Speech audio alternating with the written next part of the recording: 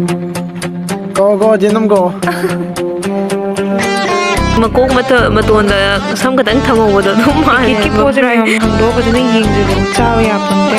adi nu ne eta jawle randana adi dare ne nanto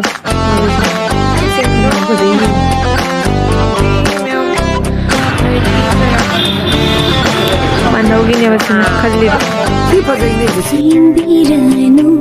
tato biranu, hai dalam landa kuimu angauba. Hello ma'am, good morning and welcome back to my YouTube channel. Ma'am, akoigi pukhi min gram matung dai di akoigi lam se phajana marang kaire pochai thabagi janam so ma'am amma phajana thare ado aina hojik lai sena awa fadigom hek pagi lai ne ado koi awa fadigom ma'am se sei se galoina puthore aba maham do marang kaire banina som nusa phangmarom da oina maham se ondo e do hojik khichi tawdoine ba do khichi gi sesiga awa fadigom hi kwala mi ma'am ai se voice over oina tawre kuire ba video se kap to banina voice over taw se hei jalak tere khang de kenam ma tawre do isi sesiga ngarang nan sibrati tawgi bagi rong kana tharamine aina nungdang da ado jinghaliba kamai tani yuk ni kam pajana nungdang do tharamino aina ma'am ngasi khichi hoge toiba do khoi gi jena ma'am se yung nan pi di kam jang na hawalai no sang agam hawre hai ba to si ma'am lin gi bai ni hawji swai di lin gi ni khalin ha phadi gom do jala re dagi se gi khara ma jenam lin la ni le da matham me ba swai da ni to lin na bai ai ku cha halat leitre ko ising je kainam ma taw ye ba ko adona khut ka ja halat leitre ekdam ado sen da linge Go, Jenam go. Nam gai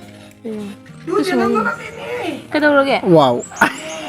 Ella gay. asi ka pucha ba hure kain to mi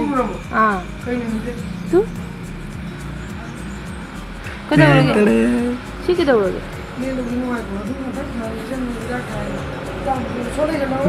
Kufa jam. Ui. lao Wow, kamai phaji. Makhung da. tu ni ai tu pucha Bravo. asi cái gì gọi là lê lo hai ba kan to re ba tu ma ki mana se ngang ba hure phajadra bond thai yung Bright ma lisi je. koi thoi da kapalli ne video kapalli ni adu jong ne se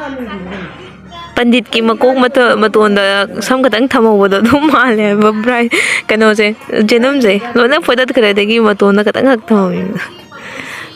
jong to kan toi ba ngange makok se ando na da chana si oina he oina ha ba si he ba do se man ba ya ro je khom to miyam da kaino ma hai ge ngarang ne do chana ne pasparan le pa ne ba nahan se aina pasparan se hangdo ying ba da ne piki manu se ka ne hadi ne tin na ta yang le me wa ne ba jik pikit ki pose miyam hangdo pa jana ying dre ba chaw ya ponte adi manu ne tin na ta jaw le ram na adai de ne khap na ko na ta we ba do ngarang do kom le re ba da jana do ji si jing do ni jaw da bra hai na dai ki se lai re haji ki khichi gi hap ka da ba machan miyam to dalare miyam to se lai re dagi sing lai re awa pati kom jenam lai re tespata moro to raga do yi hoji jing ne ba se passport na ngang le le ne ba ting ta jaw ram ba du ga do hang do se ji yi se am handa ki se ke sun do ram dre to se la passport do da ba dhap chal le sign to to bazar so ga kasum to ram dre na ni tin na to boss do jing miam kechi se thongala ge ying minar se chai re packet miam se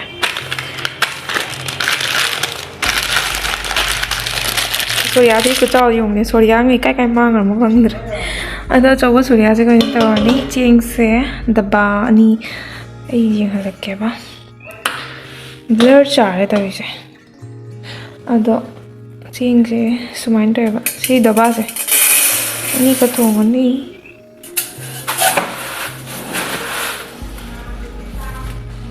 có, musori Hawaiian tàu thùng cái ni miam. Đó, chiên sẽ lại đấy. ꯁ꯭ꯋꯥꯏꯗ ꯂꯩꯔꯦ ꯃꯨꯁꯣꯔꯤꯗꯣ ꯗꯕꯥꯁꯦ ꯑꯗꯨꯝ ꯑꯣꯜꯂꯅꯦꯕ खरा नमहनगे तो नहीं से हवाई नमहनगे खरा को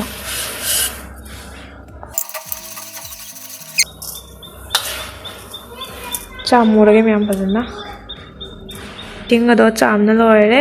नोइगी सेजेगा हरिबोप खरा मसु थाए हजि केन तौबदा ai ngasai कावरे हापा दो हजि ताक्ता निंजंगिनेबा दो हजि खांग रे केनो थांगालेबा कुकर थांगालेबा तो दाजे कुकर साबा ngairani लोरगा कुकर दा ओइना थोंगने ngasi gi khichi se do ma'am जेंगमिना रसे कमाय माय तबको तो मैम दा हाइरा केना थोंगबो मोंग मतो दो आदि कमाय कमाय थोंगबो कोतबो आई मैम दा इंगलके को खै फर्स्ट मैम थाव सलेरे थाव दो लोथोगिना हालिनी हजिता अच्छा थाव न तौरगा थोंगदोइनी साबा ngaइबदा वारे तविसे दो हजिक जेंगमिना रसे मैम अदो सेलेरे थाव से हजिक सारबनिना दला हापनियाबा इंगलके सेलेरे ngसाइगी पुचै मैम दो हजिक मथंग मथंग हापा हौरनी दला सोइना हाना हापगेबको लोइगी नुसिचि राम सिटलेबदुना सिसिना ngakतदि याद्रेबा अदुना दला जाना हापे कनोना जोंग मैखुना बजना उ याद्रेबा तो दला जाना हापगा मेल्ट ओइबा ngairage hana मैम खै फर्स्ट तो मोरोका तेजपत्ता का ओइना हापगे जेना मु हापगे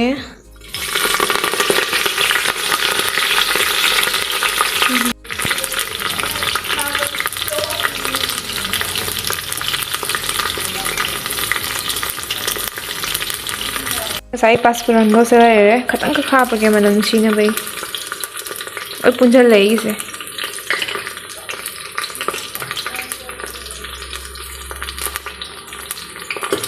ना खाइ बे कुकर दे थोंग मसे यांग नेबा खरा यांग न बेना तबनी easy PG yam nga khak se keno iba ngai se je yelam se sumain tawringai se ha phorage se to kara kola ka sumai kola sum ha pane ne ka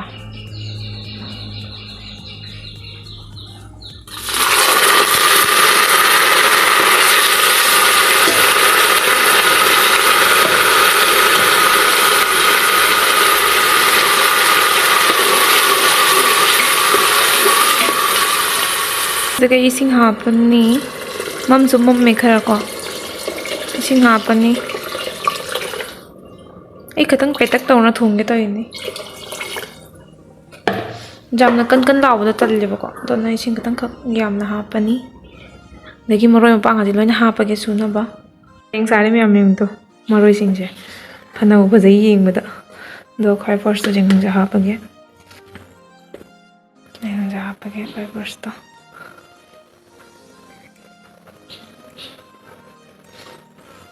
जीरा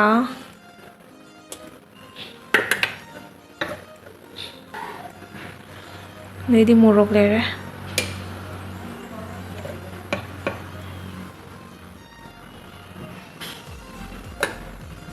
ma'am तुम सिदी कुटना दुम तौरे हेइतेबको चमसना तौबदो कुटना ओइना तौरगा नुंगाइजे अदना कुटना ओइना तौरे कतंग लिक्कनी कतंग हापके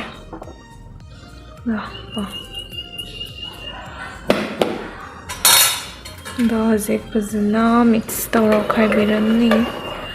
जेंगंग से कतंग लिकदो मोंग माले फजना खाइरनी हजिक ngसाइगी लेहौबा केनो से सिंगजिगा केनो जिगा सब जे रे सिंगदो सिंग हापे मैम लेगी सरा फदिगुम सो हपचलनी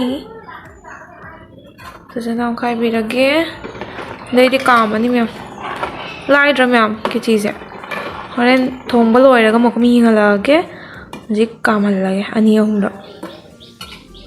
Khechina chaba tali myam duna seisga alu se sumaina sang na ka e alu baza ta una be haina hawani myam sumaina sang na ngau base adu myam hojik ei se ngau khala ge myam jengminar se kamai tawba ngasi blog se myam nungai ta hero recommendation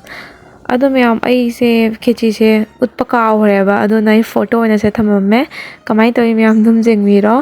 adu lorga muk ai ga du chaga hoi fulator da laine do ngasi blog se myam sai matang na sum lution jerege fulator gi blog se di next blog to na jengmi narasi nungai be ta adi myam like subscribe share to bi ramo thank you for watching bye bye